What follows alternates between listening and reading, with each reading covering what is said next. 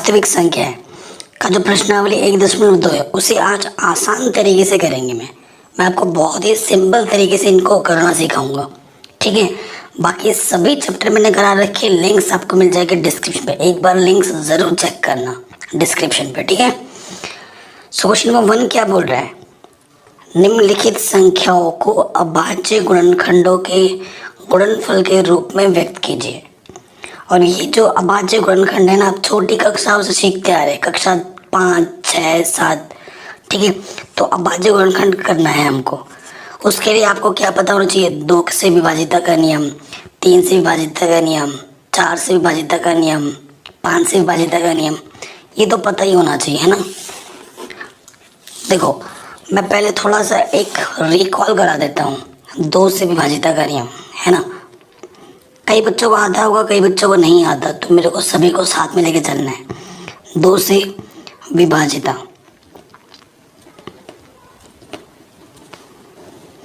का नियम, ठीक है। ये बताना बहुत ज़रूरी है क्योंकि कई बच्चों को आता होगा, कई बच्चों को नहीं। अगर ये नहीं सीखेंगे तो हमें दिक्कतें हो सकती हैं। देखो इकाई के स्थान पर अगर 0 हो, 2 हो, 4 हो, 6 हो, 8 हो तो संख्या 2 से विभाजित होती है ना। एग्जाम्पल के तौर पर जैसे मैंने 20 लिख लिया, 18 लिख दिया, और एक 23 लिख दिया, और एक 65 लिख दिया, और एक लिख दिया मैंने 70, ठीक है। तो इकाई के स्थान पर 0 है, 2 से कटेगा। इकाई के स्थान पर 8 है, 2 से कटेगा। इकाई के स्थान पर 3 है, 2 से नहीं कटेगा। इकाई के स्थान पर 5 है, 2 से नहीं कटेगा। इकाई के स्थान पर 0 है, 2 से कटेगा। अगर इकाई के स्थान पर ये नंबर आते हैं तो वो संख्या 2 से विभाजित होगी, ठीक। ये पता चला हमें 2 से। 3 से विभाजित का नियम जान लेते हैं। 3 से विभाजित का नियम,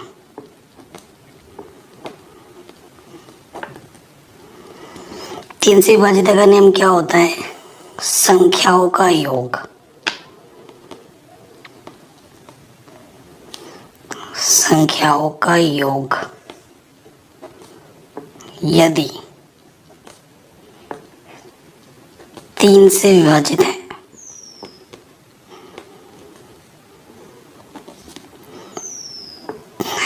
तो पूरी संख्या 3 से विभाजित होती है।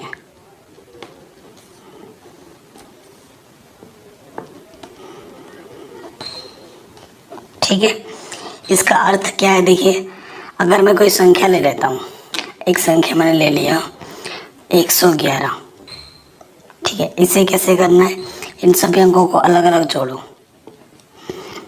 कितना है 3, जो भी संख्या आएगी उसको 3 से भाग दो, 3 से पूरा कट गया, 3 एक कम 3। अगर ये 3 से, ये संख्या 3 से कट रही है ना, तो ये पूरी संख्या 3 से कटेगी। 111 भी 3 से कट जाएगा, काट के दिखाऊं, ये देखो 3 3 9, 2 बजा 21 हो गया, 3 7 21, ठीक। अगर संख्याओं का योग 3 से कट रहा है तो वो पूरी संख्या भी 3 से विभाजित होती है, ये 3 से नियम है।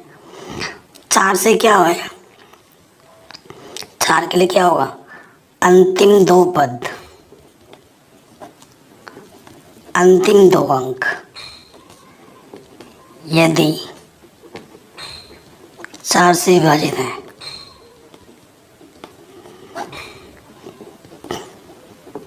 तो पूरी संख्या 4 से विभाजित होगी।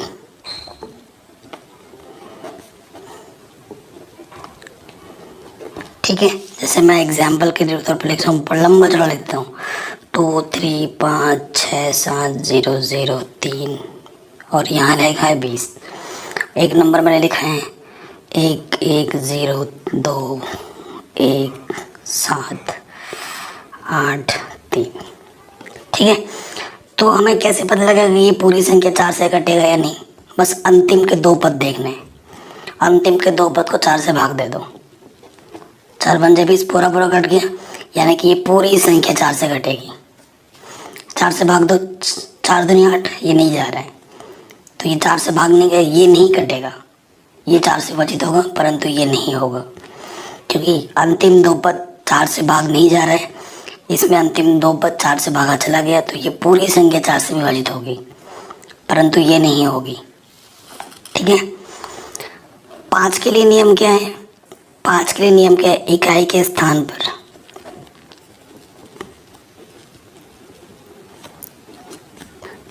0 या फिर 5 हो तो वो संख्या किससे कटेगी? 5 से। उदाहरण के तौर पर जैसे कि 50, 10, 15, 25, 0 या फिर इकाई के स्थान पर 5 हो तो वह संख्या किससे विभाजित होती है? 5 से। ठीक है। तो 2 से 5 तक की मैंने आपको सिखाया, बाकी आपको और सिखाता रहूँगा क्वेश्चन के साथ साथ। ये मेन होते हैं जो मैंने अभी आपको सिखाया। प्रथम क्वेश्चन में आ जाते हैं। हमें क्या करना है? अभाज्य गुणनखंड। तो ऐसे लिखोगे आप 140 का अभाज्य गुणनखंड।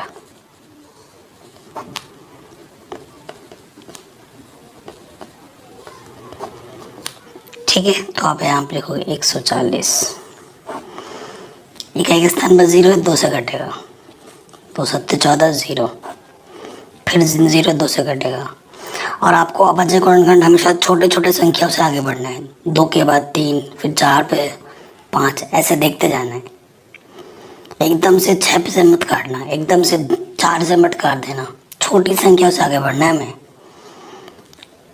2 3 6, 1 बचा, फिर 10 हो गया, तो 5 10, इकाई के स्थान पर 5 है, 3 से तो कटेगा नहीं, 5 से काटेंगे, 5 7 35, 7 एक अभाज्य संख्या है, 7 एकम 7। तो 140 का गुणनखंड क्या होगा? 2 गुणा 2, 5 गुणा 7, और गुणे में लास्ट में 1 भी लिख देते हैं।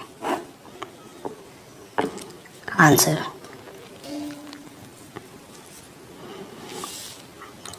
ठीक। फिर 156 का करना है हमें, 2 से कटेगा, इकाई के स्थान पर 6 है, 2 सत्ते 14, 2 अट्ठे 16, फिर 8 है, 2 से कटेगा, 2 3 6, 2 9 18, 3 से कटेगा, 3 एकम 3, 3 3 9, 13 एकम 13। 156 का अभाज्य गुणनखंड 2 गुणा 2, 3 गुणा 13 गुणा 1। ठीक है, हो गया आराम से। थर्ड पे आ जाओ। क्या है? 3 8 2 5। 3 8 2 5 किससे कटेगा? 5 से तो कटेगा पूरा पूरा, पता है। तो मैंने कहा छोटी संख्या से आगे बढ़ो, तो इनको जोड़ो, 3 और 8 11, 11 और 2 13 और 5 18, 3 से कटते हैं तो 3 से कटेगा, 3 एकम 3, 3 दूनी 6, 3 सत्ते 21, 3 बचे 15। ठीक है। फिर किससे कटेगा? 3 से, 3 चौके 12, 3 दूनी 6 15 हो गया, 3 बचे 15। ठीक है। अब 3 से नहीं कटेगा क्योंकि 6 और 5 11 होता है, 11 3 से भाग नहीं जाता। इकाई के स्थान पर 5 है, 5 से कटेगा, 5 8 40। ठीक है। और 5 बचे 25, फिर 5 से कटेगा, 5 एकम 5, 35 हो गया, 5 7 35, 17 एकम 17। 17 एक अभाज्य संख्या है, तो ये क्या हो गया?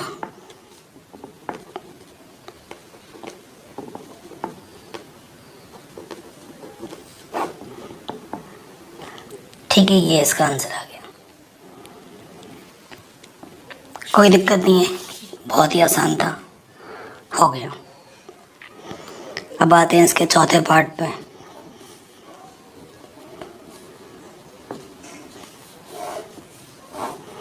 किससे कटेगा 5 से? 5 एकम 5, 0 0, 5 एकम 5, कोई दिक्कत नहीं है। 7 से कटेगा ये भी है, ठीक है। 7 एकम 7,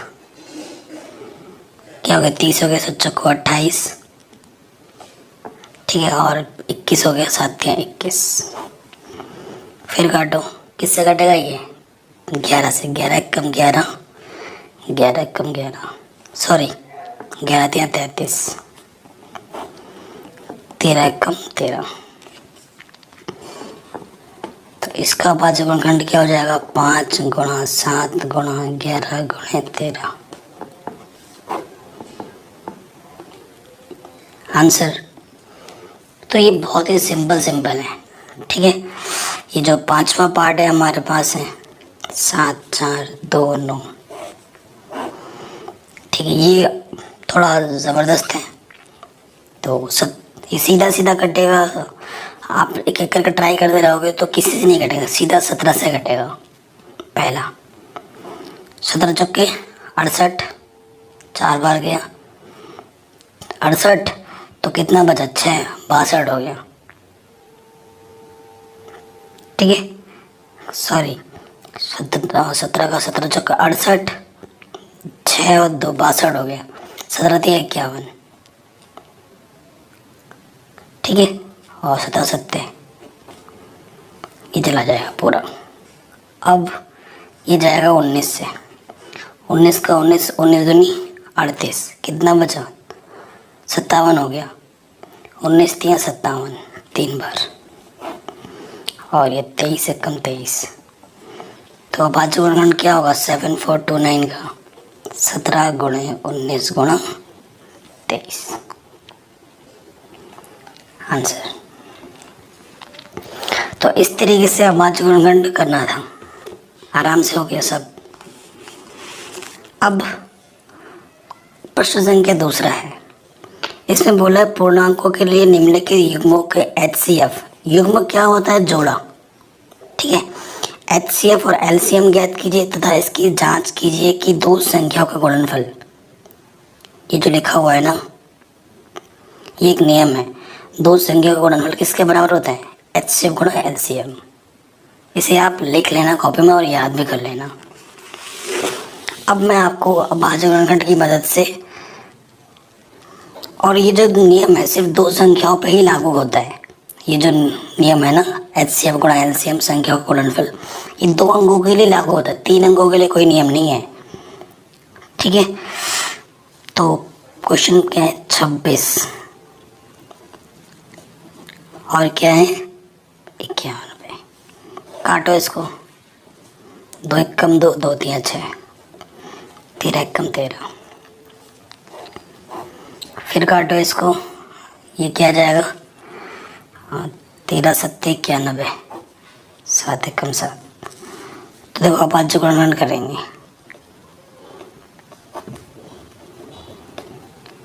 है ना। 26 का क्या जाएगा? 13 गुणा 2, और ये लास्ट में 1 भी लिखा जाता है, ठीक है। और 91 का क्या हो जाएगा? 13 गुणा 7 गुणा 1। अब आपको पता है क्या देखना है कि दोनों में जो है, दोनों में क्या है? दो संख्या, तो दोनों में देखना है। और कुछ है? और 1 है। तो अगर HCF की बात करें, HCF क्या होता है? जो दोनों में है। क्या है दोनों में? 13 और क्या है? 1। जो एक पेयर 13 से आया, यहाँ से 13 दोनों में और 1 दोनों में, तो 1 गुणे में लिखना है इनको। कुछ और भी होता है तो उसको भी गुणे में लिख देता मैं। तो 13 एकम 13, तो HCF कितना है मेरे पास? 13। पहला आंसर आ गया। अब हमें क्या निकालना है? LCM।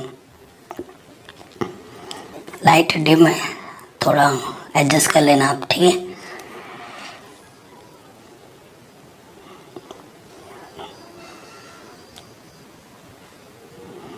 अब देखिए LCM का रूल क्या होता है? जो दोनों में है उसे एक ही बार लिखना है, जो दोनों में उसे एक ही बार लिखिए। मतलब HCF जो है उसे लिख दो और HCF के अलावा जो बचे हैं वो नंबर है उसको गुणे में लिख दूँ। यहाँ से क्या बचा था 2, यहाँ से क्या बचा था 7, 13, 7 दूनी 14, 13 और 14 को आप क्या कर दो, गुणा कर दो। ठीक है, 13 और 14 को आपको क्या कर देना, गुणा कर देना। तो क्या आ जाएगा 182। तो ये आ गया मेरा LCM। आया समझ में LCM कैसे निकाला हमने। अब जांच करनी है क्या होता है, प्रथम संख्या गुणे द्वितीय संख्या LCM गुणे HCF। ठीक है, ये नियम होता है। तो पहली संख्या में क्या दे रखी थी 26, द्वितीय संख्या 91, LCM हमने निकाला 182 और HCF हमारे पास है 13। अब भाई गुणा करना तो आपको आना चाहिए ना, गुणा करना तो आपको आता ही होगा। देखो 26 को जब 91 से आप गुणा करोगे, अब मैं गुणा करूँगा तो टाइम वेस्ट होना है, इतना तो आपको आना चाहिए। ठीक है भाई, तो जब 26 और 91 को आप गुणा करोगे तो आपको मिलेगा 2 3 6 6, और 13 को जब 182 से गुणा करोगे तो भी मिलेगा आपको 2 3 6 6, यानी कि दोनों तरफ बराबर आएगा। अगर बराबर नहीं आ रहा है दोनों तरफ तो आपने ऊपर आंसर गलत निकाला है, इसका मतलब ये है बराबर ही आना चाहिए। ठीक, तो आया समझ में कैसे क्या निकालना है। इसी तरीके से बाकी के 2 क्वेश्चन को भी हमें सॉल्व करना है, 510 और इसको। आपकी बार सेकंड पार्ट में क्या है हमारे पास,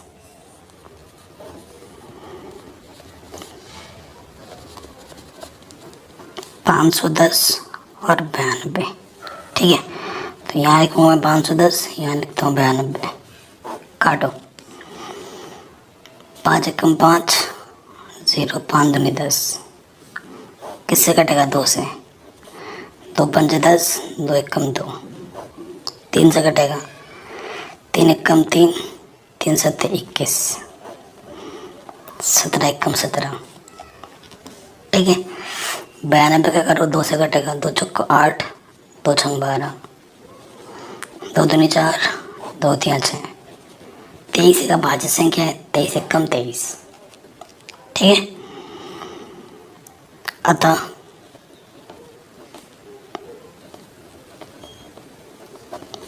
बाद जो खंड क्या हो जाएगा, 510 का हमें क्या मिला था, 2 गुणा 3 गुणा 2 गुणा 3 गुणा 5 गुणा 17। ठीक है, और 92 का क्या मिला, 2 गुणा 23। कोई दिक्कत नहीं है यहाँ तक। ठीक है, सो देखिए हमारे पास ये चीज़ आ गई। अब हमें क्या देखना होता है, हमें निकालना है HCF जो दोनों में हो। एक मैंने लिखा नहीं था, गुणे में 2 लिख सकते हो। तो HCF क्या होता है, जो दोनों में हो। तो दोनों में क्या है, सिर्फ 2 ही है और 1 है, तो 2 गुणा 1 यानी कि 2। HCF तो 2 है। अब LCM क्या होगा, जो दोनों में है उसे तो एक बार ही लिखते हैं, मतलब HCF जो भी है उसको लिख लो। ठीक है, और जो बचे हुए थे उनको गुणा में कर दो। जैसे यहाँ पे इससे क्या बच गया था 2, यहाँ से क्या बच गया था 23, यहाँ से 17 बचा था, यहाँ से 5 और यहाँ से 3। ठीक है, ये बच गए थे। अब गुणा करो, 2 दूनी 4, 23, 5 तिया 15। अब भाई आपको गुणा करना तो आना चाहिए, है ना। कैसे, अब हमें गुणा करना है। ठीक है, तो जब हम गुणा करेंगे तो क्या होगा, देखो इन सबको जब आपस में इसकी गुणा करना, इसकी गुणा करना, है ना। इसकी गुणा करोगे कुछ मिलेगा आपको, जैसे कि 4 तिया 7 तिया 12, हासिल लगा 1, 4 दूनी 8 1 9, अब इसको गुणा करोगे तो जब आप गुणा कर दोगे ना तो आपको मिलेगा 2 3 4 6 0। ठीक, अब गुणा करूँगा तो आपका टाइम वेस्ट होगा। गुणा करना आना चाहिए, इतना कैलकुलेशन अगर आना ही चाहिए आपको। कक्षा 10 में पढ़ते हो आप, ठीक है। गुणा भाग जोड़ घटाना अगर नहीं आता है ना तो मेरे को बता देना, मैं उस पर अलग वीडियो बना दूंगा, ठीक है। 1-2 घंटे की बेसिक चीज़ें सिखाने के लिए, ठीक है। तो ये हो गया, हमारा मिल गया एलसीएम। अब हमें जांच करनी है, क्या होता है जांच में? प्रथम संख्या गुणे द्वितीय संख्या बराबर HCF गुणे LCM। यही नियम होता है। प्रथम संख्या हमारे पास क्या है? 510, ठीक है। द्वितीय संख्या हमारे पास है 92, HCF हमारे पास 2 है और LCM हमारे पास 2 3 4 6 0, ठीक है। आई बात समझ में? अब जब आप गुणा करोगे ना इसको मैंने पहले से ही गुणा करके रखा है, तो ये मिलेगा आपको 46920 और ये भी आपको मिलेगा 46920, दोनों तरफ बराबर आएगा।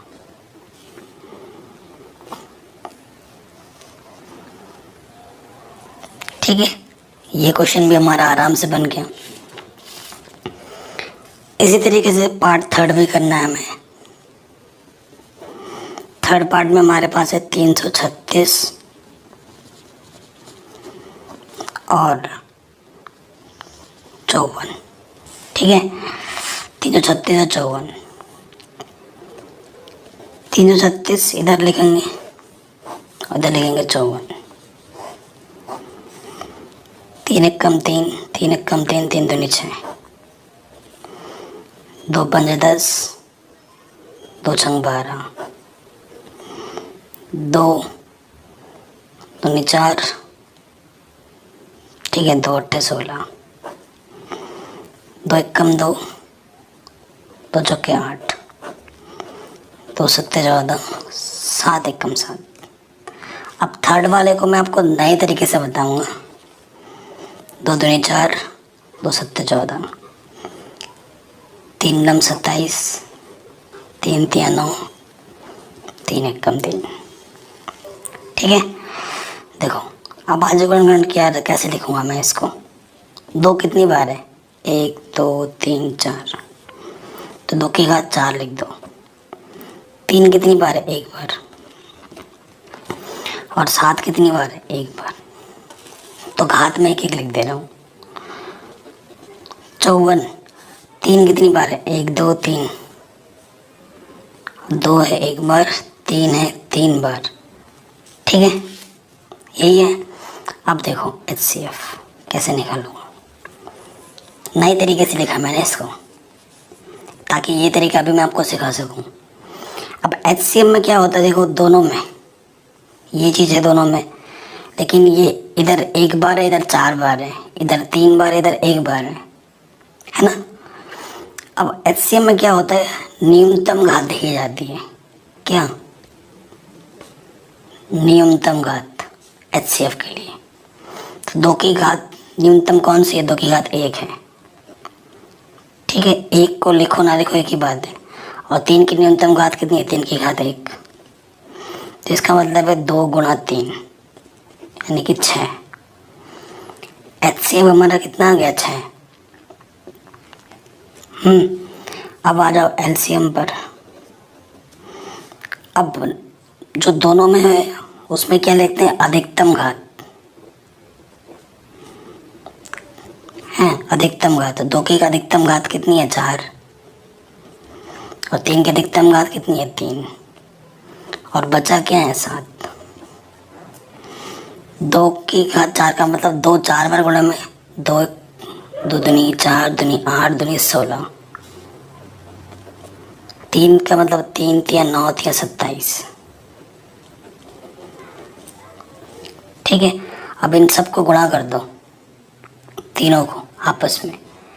जब हम तीनों को आपस में गुणा करेंगे ना तो हमारे पास जो मिलेगा गुणा करने पे वो मिलेगा 3024। ये मैंने पहले से गुणा करके रखा है। ये मिल जाएगा हमारा एलसीएम। अब हमें क्या करना है, जांच में क्या होता है, प्रथम संख्या गुणा द्वितीय संख्या, एचसीएफ गुणा एलसीएम। प्रथम संख्या हमारे पास है 336, द्वितीय संख्या है 54, एचसीएफ हमने 6 निकाला था और एलसीएम हमारा 3024। इन दोनों के जब आपस में गुणा करोगे ना, ठीक है, मैं गुणा करके आपका टाइम वेस्ट नहीं करूँगा आपके सामने, ये मैंने पहले से ही ये सब करके रखा है। ये मिलेगा आपको, ठीक है। तो ये आपका क्या जाएगा आंसर, दोनों तरफ बराबर आएगा। गुणा करना तो आपको आता ही होगा, है ना। तो ये चीज़ हो गई, ठीक है। तो क्वेश्चन नंबर सेकंड भी हमारा आराम से बन गया। अब आते हैं क्वेश्चन नंबर थर्ड में। क्वेश्चन नंबर थर्ड में 2 अंकों से हटाकर 3 अंकों का कर दिया है। कितने कर दिए, 3 अंक। 4 करे या 10 करे, नियम नहीं बदलेगा, नियम वही रहेगा। लेकिन 2 अंकों में जो जांच करने वाला रूल था ना, वो 3 अंकों पर लागू नहीं होता है। संख्या क्या है, 12, 15 और 21। अब आज जोड़ करने का 2 छंग 12, 2 3 6, 3 एकम 3, 3 5 15, 5 एकम 5, 3 7 21, 7 एकम 7। ठीक है, अब आज जोड़खंड करेंगे।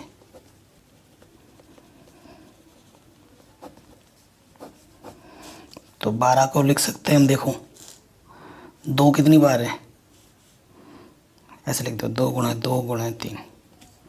15 का मतलब है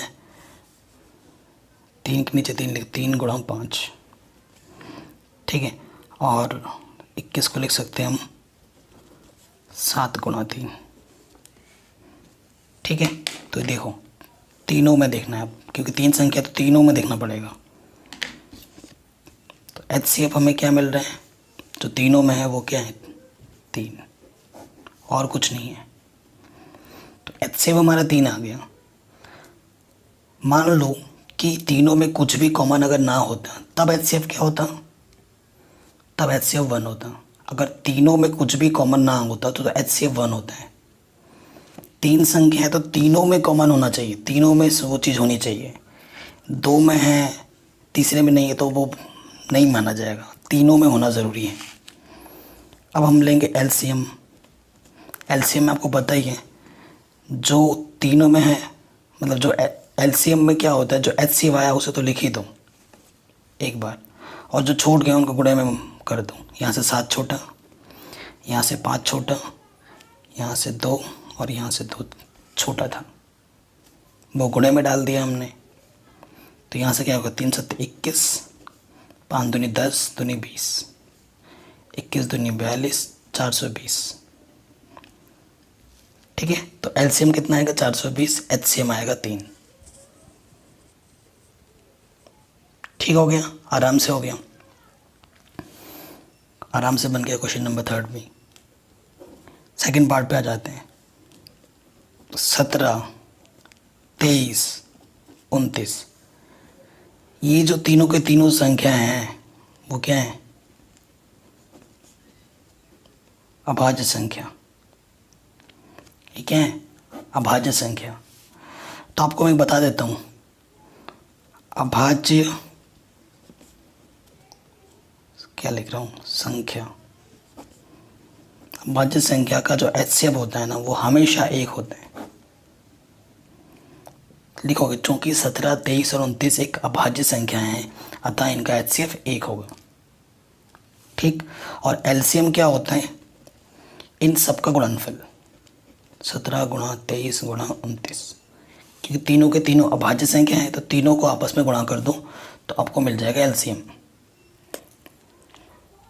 आई बात समझ में, आपको क्या मिल जाएगा, एलसीएम। इस तरीके से करना है आपको इस क्वेश्चन को। ठीक है, तो जब तीनों को आप गुणा करोगे ना तो आपको मिल जाएगा 1 1 3 3 9। गुणा करना आता ही होगा, पहले इन दोनों का गुणा करना, जो मिलेगा उसको किससे गुणा कर देना, 29 से, तो फिर आपको ये आंसर दे देगा। ठीक है, आराम से बन गया, कोई दिक्कत नहीं है। अब आ जाओ थर्ड पार्ट में। इसके थर्ड पार्ट में 8 9 25, तो ये हो जाएगा 2 चक्के 8, 2 दूनी 4, 2 एकम 2, 3 तिया 9, 3 एकम 3, 5 बचे 25, 5 एकम 5। तो जो अभाज्य गुणनखंड है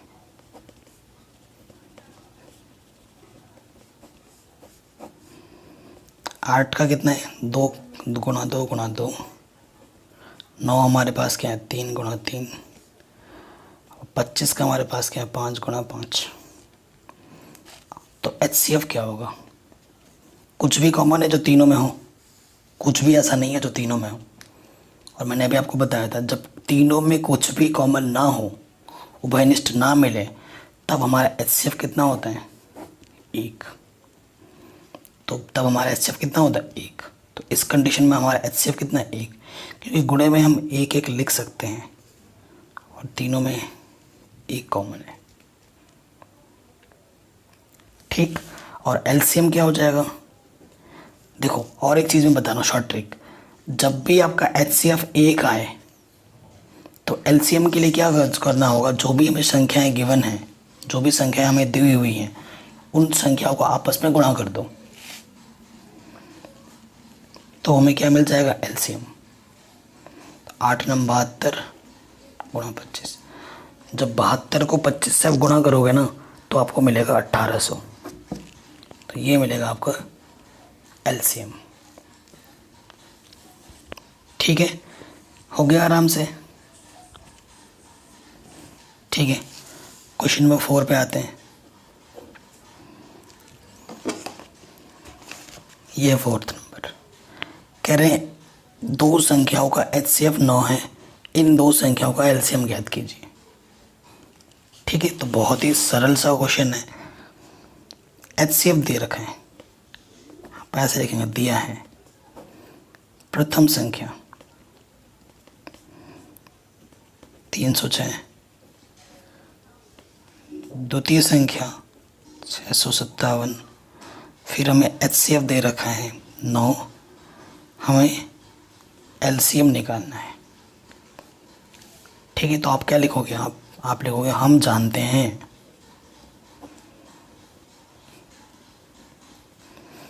आप क्या जानते हो, प्रथम संख्या गुणे द्वितीय संख्या किसके बराबर होता है, HCF गुणे LCM। प्रथम संख्या है 306, द्वितीय संख्या है 657, HCF है 9, हमें LCM निकालना है।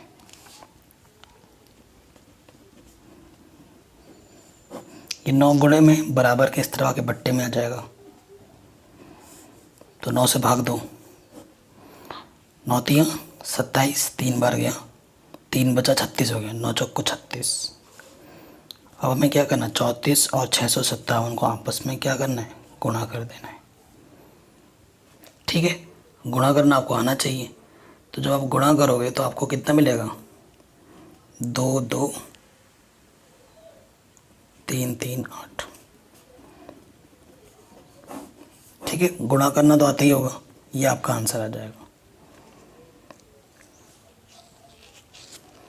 गुणा करना आता होगा ना, इस तरीके से लिखते हैं, ये भी बताना नहीं, ये भी अगर बताना पड़े तो बहुत दिक्कत है, क्योंकि ये तो कक्षा 2 3 के बच्चे कर लेंगे, आप तो कक्षा 10 में पढ़ते हो, तो गुणा भाग तो आना चाहिए। मैं फिर बार बार बोल रहा हूँ, अगर आपको गुणा भाग को जोड़ घटाना भिन्नों का ये सब नहीं आता है तो मेरे पास बता देना एक बार। ठीक है, सो उससे क्या होगा, आपका बेसिक्स क्लियर करवा दूंगा 1 2 घंटे की वीडियो बनाकर। ठीक है, तो ये हो गया। अब आता है क्वेश्चन नंबर 5, बहुत ही शानदार क्वेश्चन है।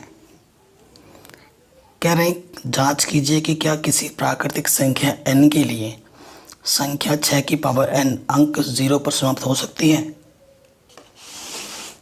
तो कोई भी संख्या हो, यहाँ पर तो 6 की पावर n की बात हो रहा है। अगर यहाँ लिखा होता 12 की पावर n, 4 की पावर n, ऐसा लिखा होता, तब आप क्या करते हैं?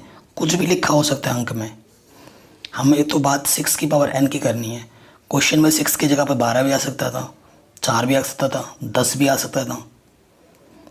तो हमेशा एक रिजल्ट याद रखना, रिजल्ट या नियम लिख सकते हो आप। देखो, यदि कोई संख्या शून्य पर समाप्त होना चाहती है तो उसका अभाज्य गुणनखंड में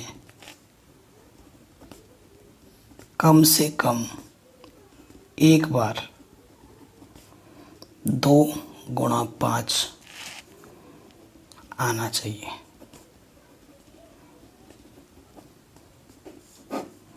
ये नोट हमेशा याद रखना। कोई भी संख्या अगर 0 पर समाप्त होना चाहती है ना, तो अगर उसका हम अभाज्य गुणनखंड करें तो कम से कम एक बार तो 2 आए, कम से कम एक बार तो 5 आए। एक से ज़्यादा बार आए तो चलेगा, लेकिन एक से कम बार नहीं आना चाहिए। ठीक है, अगर सिर्फ 2 होगा तो भी नहीं होगा, सिर्फ 5 होगा तो भी नहीं होगा। 2 और 5 कम से कम एक बार तो होने ही चाहिए, तभी वो संख्या 0 पर समाप्त होगी, अन्यथा नहीं। तो लिखेंगे अतः 6 का गुणनखंड करने पर, तो 6 का गुणनखंड करो, 2 3 6, 3 1 3। तो भाई 2 तो आया, 5 का है, 5 या नहीं है, तो मैंने बोला ना कम से कम एक बार तो चाहिए ही चाहिए। 2 है लेकिन 5 नहीं है, तो ये 0 पर समाप्त नहीं हो सकती। तो अब क्या लिखोगे? चूँकि 6 का गुणनखंड करने पर यह 2 गुणे 5 के रूप का नहीं है, अर्थात यह कभी भी शून्य पर समाप्त नहीं होगी किसी भी प्राकृतिक संख्या n के लिए। ये आपका उत्तर हो जाएगा। और ये शब्द और ये जो मैंने लिखा है, इसको जो लिखना ही पड़ेगा। ये सबसे सरल तरीका मैंने लिखा है। पहले रिजल्ट बता देना एग्जामिनर को, देखते ही खुश हो जाएगा, फिर ये करना और फिर ये लिख देना। ठीक है, तुम जब 12 का भी करोगे ना तो ये भी समाप्त नहीं होगा, 4 का भी करोगे तो समाप्त नहीं होगा। अगर मैं यहाँ पर लिख देता हूँ 10 की पावर n, तो ये 0 पर समाप्त होगा, क्योंकि 10 का गुणनखंड 2 गुणा 5 होता है। ठीक है, तो क्वेश्चन घुमा के आ सकते हैं, ज़रूरी नहीं है कि 6 वाला ही आए, कुछ भी हो सकता था। 12 भी दे सकता था, 4 भी दे सकता था, 10 भी दे सकता था। ठीक है ना, तो बढ़िया क्वेश्चन था, ये भी हो गया हमारा आराम से। अब हम बात करेंगे अगला क्वेश्चन बताने से पहले। एक संख्या होती है भाज्य संख्या और एक होती है अभाज्य संख्या। आपको पता है भाज्य संख्या क्या है और अभाज्य संख्या क्या है, लेकिन आपको परिभाषा नहीं पता। आपको मैं बोलूं तो ये 2 3 5 7 11 13 ये क्या है? अभाज्य संख्या। और मैंने यहाँ लिख दिया 4 10 9 6, तो आप बोलोगे ये अभाज्य संख्या है। आपको पता है, लेकिन इनके बीच में जो अंतर है वो आपको बोल नहीं सकते, लेकिन आप पहचान जरूर लेते हो। अभाज्य संख्या क्या होती है? वो संख्या जो सिर्फ खुद से कटे और एक से कटे। कटे का मतलब विभाजित हो। वो संख्या जो सिर्फ खुद से विभाजित हो और एक से विभाजित हो। स्वयं और एक। और ये संख्या स्वयं से भी विभाजित होती है, एक से भी विभाजित होती है, और उसके अलावा किसी और संख्या से भी विभाजित हो जाती है। जैसे 4 किससे कट जाएगा? 2 से। 10 किससे कटेगा? 2 से कटेगा। किससे कटेगा? 5 से कटेगा। 9 किससे कटेगा? 3 से कटेगा। 6 किससे कटेगा? 2 से कटेगा। 3 से कटेगा। जब किसी संख्या का जो गुणनखंड होता है ना, अभाज्य गुणनखंड, 2 से ज़्यादा के रूप में लिख देते हो, ठीक है। जब किसी संख्या का गुणनफल को, जैसे 6 को मैं लिख सकता हूँ क्या? 2 गुणा 3 गुणा 1, तो 2 से ज़्यादा हो गया, 2 से ज़्यादा। और इस संख्या को मैं सिर्फ 2 ही टुकड़ों में लिख सकता हूँ, 2 को लिख सकता हूँ 2 गुणा 1, इससे ज़्यादा नहीं लिख सकता, सिर्फ 2 ही होगा। और इसमें 2 से ज़्यादा के रूप में लिख सकते हो। जब कोई किसी संख्या को आप 2 से ज़्यादा की गुणनखंड के रूप में लिख सकते हो तो वो संख्या क्या हो जाती है? भाज्य। और जब सिर्फ 2 ही रूप में गुणनखंड होता है तो वो होता है अभाज्य। ये मैंने क्यों बताया? क्योंकि इस क्वेश्चन में ज़रूरी है, छठे पार्ट में। पहला पार्ट है हमें बताना है कि ये संख्याएं भाज्य अभाज्य क्यों हैं। तो यहाँ से देखो क्या हो, उभयनिष्ठ है 13, अंदर क्या बचा? 7 गुणे 11, 13 पूरा बाहर आ गया है, 13 एक कम 13, ठीक है। सो देखो 11 77 प्लस 1 यानी कि 13, 77 और 1 क्या होगा? 78। 2 संख्या गुणनफल है तो मैं किसी भी संख्या को 1 से गुणा कर सकता हूँ, उस पर कोई फ़र्क ही नहीं पड़ेगा।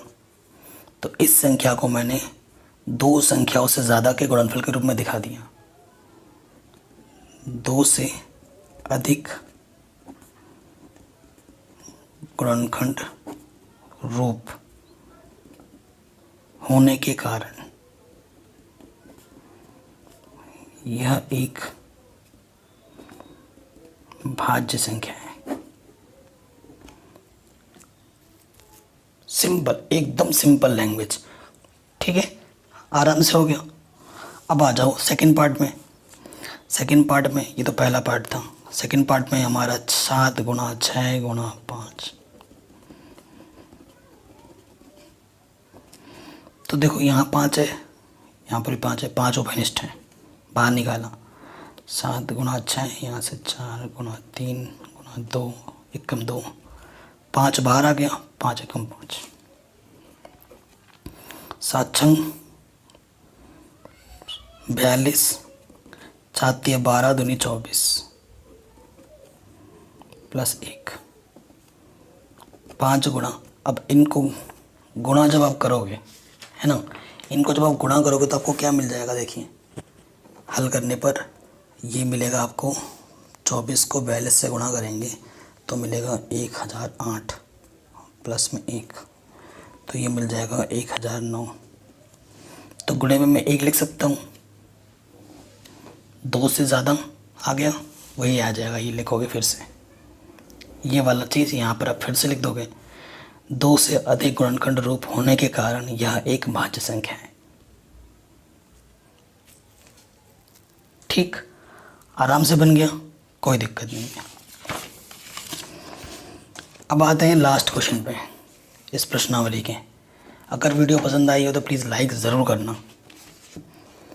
कह रहे किसी खेल के मैदान के चारों ओर एक वृत्ताकार पथ है। इस मैदान का एक चक्कर लगाने में सोनिया को 18 मिनट लगते हैं, जबकि इसी मैदान का एक चक्कर लगाने में रवि को 12 मिनट लगते हैं। मान लीजिए कि वो दोनों एक ही स्थान और एक ही समय पर चलना प्रारंभ करते हैं एक ही दिशा में, कितने समय बाद वो पुनः प्रारंभिक स्थान पर मिलेंगे? एक ऐसा मैदान है ना, ऐसा मैदान है जो भागना है। देखो एक एक एक आदमी कौन है? रवि। एक रवि है, रवि को लगते हैं 12 मिनट, और दूसरा हमारे पास कौन है? सोनिया।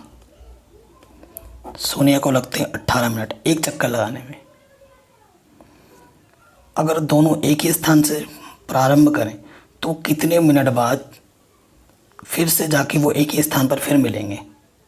तो इस टाइप के क्वेश्चनों को करने के लिए ना हमें क्या निकालना होता है? जो दोनों संख्याएं उनका निकालना होता है एलसीएम, क्योंकि न्यूनतम दूरी की बात होगी, मतलब न्यूनतम समय की बात होगी। क्योंकि दोनों चीज़ वो तो अगर भागते रहें तो दिन में कई बार मिल जाएंगे, कई बार मिलते रहेंगे। सपोज़ करो तुम और तुम्हारा कोई एक पार्टनर है, भाग रहे हो किसी सर्कल पर, तो दिन में जब भागते रहोगे तो अगर पूरे दिन भागोगे तो कई बार आके मिलोगे, कई बार मिल सकते हो, लेकिन सबसे पहली बार कब मिलोगे? सबसे पहली बार कब मिलोगे? यानी कि कम टाइम, कम का मतलब न्यूनतम की बात हो रही है। और जब भी बात न्यूनतम की होती है तो हमें क्या निकालना होता है? एलसीएम। न्यूनतम के लिए हमेशा एलसीएम निकालना होता है और अधिकतम के लिए हमें निकालना होता है एचसीएफ। तो हमें प्रश्नानुसार